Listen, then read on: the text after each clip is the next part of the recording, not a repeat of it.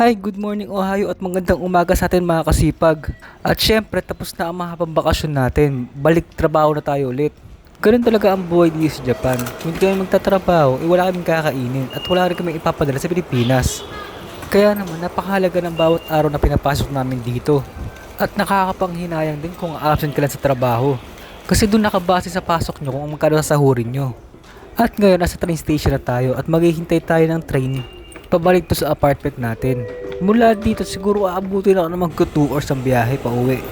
Mabilis na yun gawa ng walang traffic, gawa ng train na sasakyan ko. Medyo matatagalan ng konti gawa ng maraming station ang hihintuan nitong train to. Pero ayos lang din naman gawa hindi tayo nagmamadali.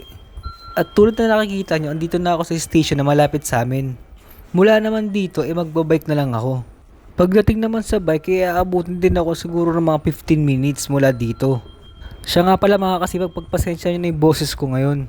Medyo namamakas pa yung boses ko kakasigaw ng festival. Pero dahil kailangan natin mag-vlog at mag-voice over, wala tayong magagawa. At papunta na tayo sa parking ng mga bike ngayon. Madalas nga pala kapag umaalis ako, iniiwan ko lang yung bike ko dito. Basta siguro doon nyo lang maganda yung parking ng bike nyo para hindi siya matutumba. Kasi baka mamaya makadali pa kayo ng ibang bike, ipagbayaran pa kayo, kaya kailangan maganda yung pagkakapark nyo.